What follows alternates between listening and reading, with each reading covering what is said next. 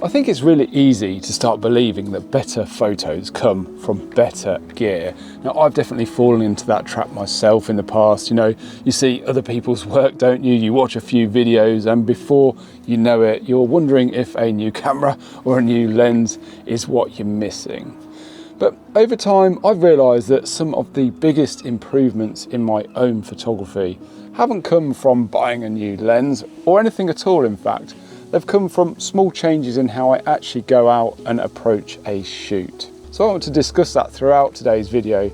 I'm heading out to a really interesting spot that I think might have huge potential for a really good photograph as well. So I hadn't realised how filthy my kit had gotten. It wasn't until I looked in there this morning that I realised that it's absolutely filthy.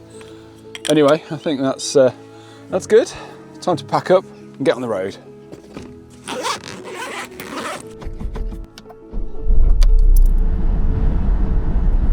Now, before we get into this, I just want to say that I do actually enjoy new gear. I like using it and I like talking about it as well. But it really isn't the be all and end all, is it?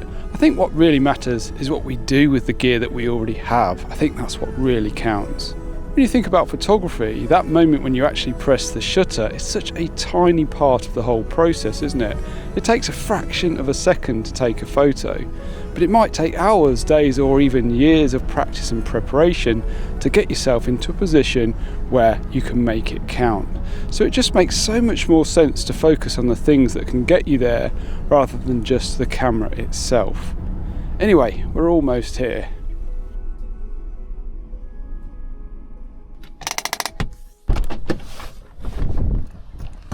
I think one of the biggest changes in my photography came when I stopped, I think, rushing from place to place and started spending a little bit more time with what was right in front of me. Now, I used to feel like I had to kind of keep moving all the time, almost like I was on some kind of checklist, you know, getting to this viewpoint and then that one, and then trying to squeeze in one more before the light goes, you know, all that sort of thing. And sometimes that works, doesn't it? But a lot of the time it just meant that I never really settled into a scene. I think these days, if something catches my eye, I try to give myself as much permission as possible just to stay there for a bit. I look at it from different angles, change my height, maybe different focal lengths, and just try to see how the light and the mood shifts. And quite often, I think the best photo comes after I've been there for quite some time. In fact, it might be on an entirely different visit altogether when things do finally gel. And I think for me, slowing down does two things. It helps me to see more clearly, and it also takes the pressure off as well. I'm not chasing the next thing all the time. I'm just working with what's in front of me. And weirdly, that's when things tend to click into place for me. I guess it's all about patience and perseverance. So the place we're visiting today is called Llansteffan, and there's a very important site situated in this area, which we're walking up to right now. So I only came across this place while searching on Google Maps the other day. So I've never been here before, which is always really exciting, isn't it? And if you're not familiar with the area, this is in Carmarthenshire. So Carmarthenshire sits just east of Pembrokeshire here in southwest Wales. So yeah, not too far from me, probably about a 45-minute drive, something like that. So yeah, didn't even know this place existed. And from what I can see from down here, it looks pretty incredible. This can't be the way that you're meant to go, surely.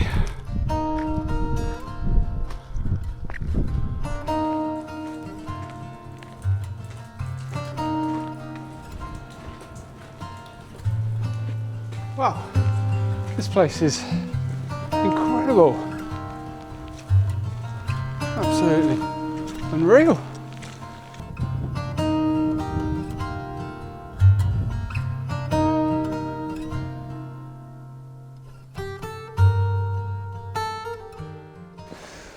So this place is Llansteffan Castle, which sits high up on this incredible hilltop here, looking across the Towie estuary out to the Bristol Channel, and it is absolutely incredible. The viewpoint from up here is just spectacular, to say the least.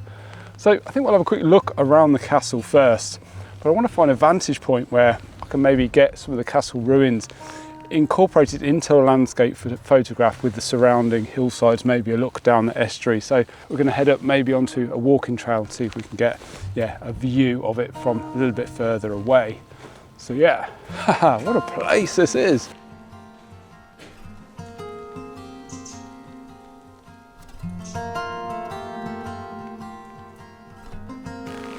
That'd make a nice photo.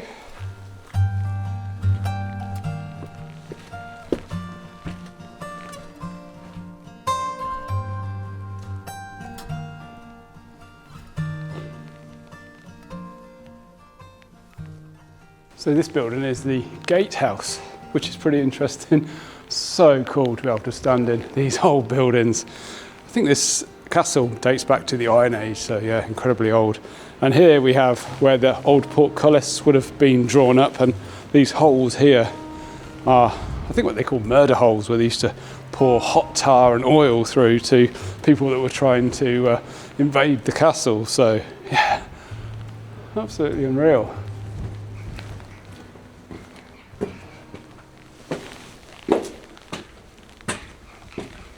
So there looks to be a hillside over there, which might offer quite a nice view of the castle. It's just maybe a little bit more elevated than where we are right now. There's also a very high hill in the background there, but I just don't know whether there's access to that place. But we're going to have a look around. An absolutely incredible spot. I hope you enjoyed this little mini tour, but yeah, it's time to get on and make some photos. So I've just been taking a look at OS Maps to see if we can get some elevation gain and a good view of the castle. I really want to get the river estuary in the background if possible. Now, yeah, let me show you the map and show you where we're heading. Hopefully you can see that okay. So we're here. I'm thinking if we maybe take this track up here across this hill, it might give us a view of the castle. It's very, very difficult to see from the map, but yeah, hopefully it'll work out well. If not, we'll come back down here and maybe get the drone up. So, while we're walking this route to who knows where, I'd just like to thank everybody over at the Photographers Clubhouse, which, if you're not familiar with that, it's my online community where I share things like my raw photos that I take in some of these YouTube videos. I run little editing sessions on them and show how I process the images and make those images available so people can follow along as well.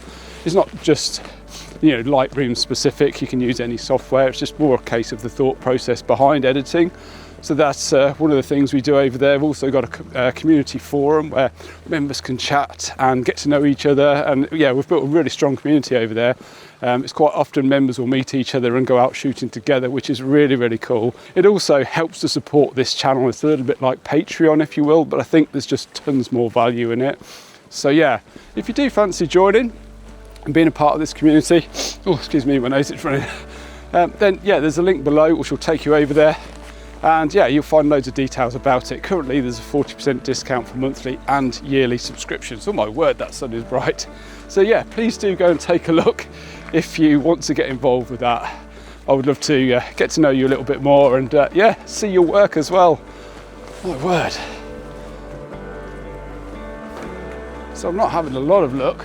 In fact, since we left the castle, I haven't had a single view of it, which is not ideal, but this is, I think, all part of the process, isn't it, with photography, especially when you want to photograph a specific location as well. But anyway, it looks like we're heading back down now towards the beach. So maybe there's another route further up the hill that way. If not, like I mentioned, we'll be going back to the van to get the drone out and see if we can make a shot with the drone. It's all part of the learning process. But this place has got bags of potential, and that's really does get me quite excited.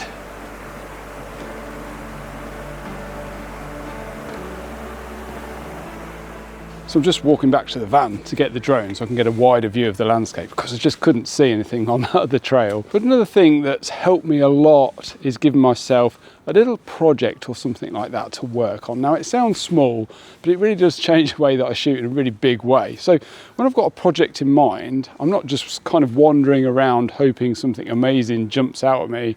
I'm looking sort of, I guess, with more intention. I start to see patterns, colours, shapes and moods that fit in with what I'm trying to build, if that makes sense. It also takes the pressure off a bit as well. You know, you're not just working on a single image, you're maybe working on an image that can work as a set, which helps create a bigger story. And I think that makes the process feel a lot more relaxed and creative. Now, some of my favourite sets of images have come from these little projects that I've done, even when none of the individual photos felt particularly special on their own at the time. Take the phone box project that I did a while back. Now, it was just a one-day project shooting phone boxes and making a series of triptych prints, but I really enjoyed that. It was something completely different to what I usually shoot. You know, and when you're struggling for creativity, sometimes doing something different just kicks the wheels back in motion again, doesn't it? So yeah, I think projects are a great way of improving your photography when you've kind of, you know, lose focus on what you're usually doing. I think it really pushes you on. It can really inspire you.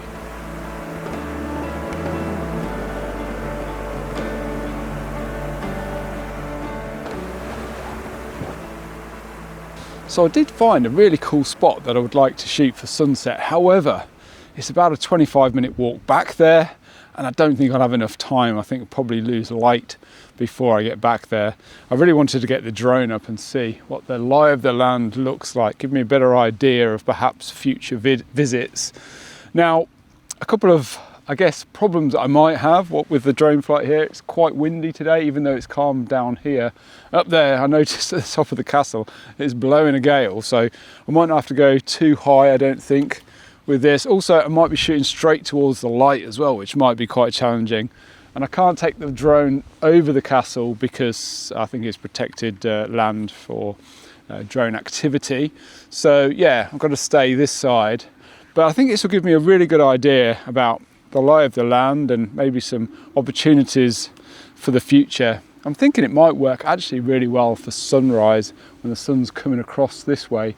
We'll light these walls up on this side of the castle, and yeah, I won't be shooting straight towards the light. But anyway, I'll get the drone up and I'll see. And I've got another point that I really want to talk about, so I'll talk to you about that while I show you some drone footage. So revisiting the same places on purpose, if you will, is something I've really come to value over the last few years.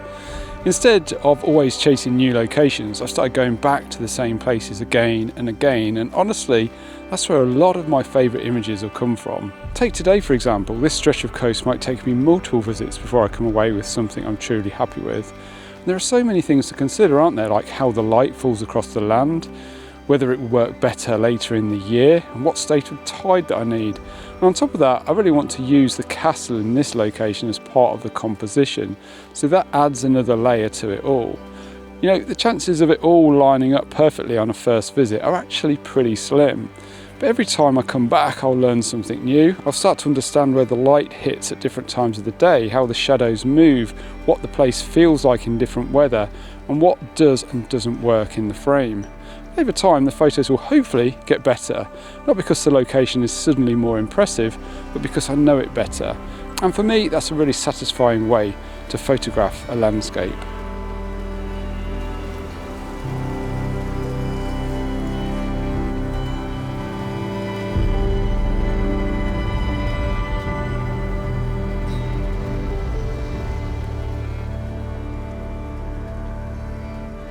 So I actually learned quite a lot from that drone flight, and it was pretty challenging. I was getting quite a lot of flare in my image, so I'm not sure whether it was successful or not. The light was really too bright, but I like the composition, and I think that was the main takeaway from it.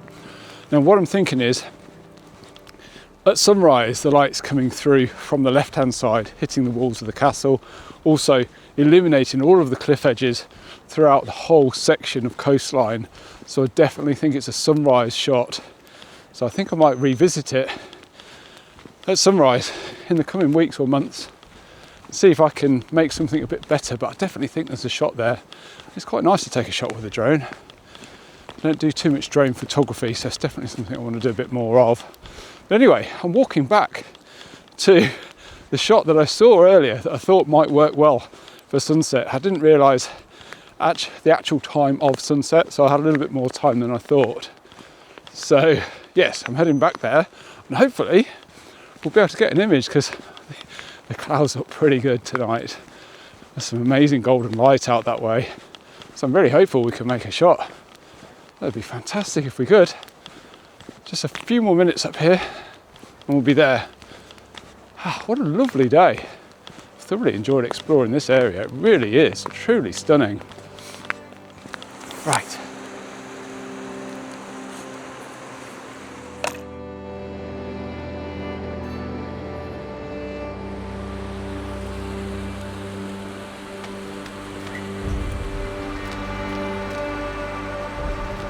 So I've positioned myself on top of this little bridge here. I've got some water flowing below me, and these streams of water meander out to the horizon, which meet the river estuary.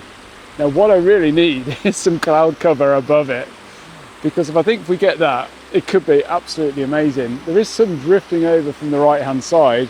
It's just whether it reaches us in time before it's no longer illuminated. I'll show you what I mean. It's an incredible peachy orange colour, which looks fantastic.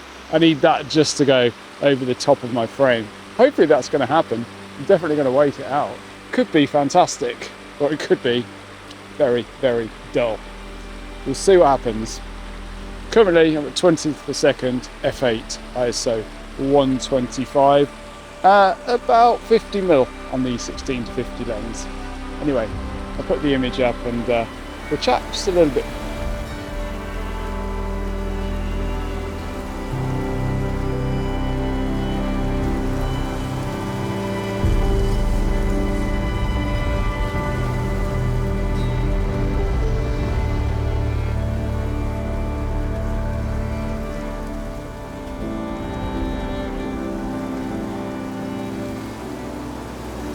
Well, the light is fading, and I don't think we've got a great image this evening, but my expectations are always lowered whenever I visit a new location for the first time. As long as I come away with some knowledge and some ideas for the future, to be honest, it's success, isn't it? And that's what really matters. And what could be better than wandering around an incredible location such as this as well? So yeah, just a few, I guess, good photography habits that have really helped me over the last few years, and maybe they might help you too. So yeah, thanks once again for watching. I do hope you enjoyed this week's video. If you did, why not check out the other one that's linked on the screen, and on the other side you'll find that link to the Photographers Clubhouse. Yeah, it'd be fantastic if you could go and check that out. Anyway, until next week, take care.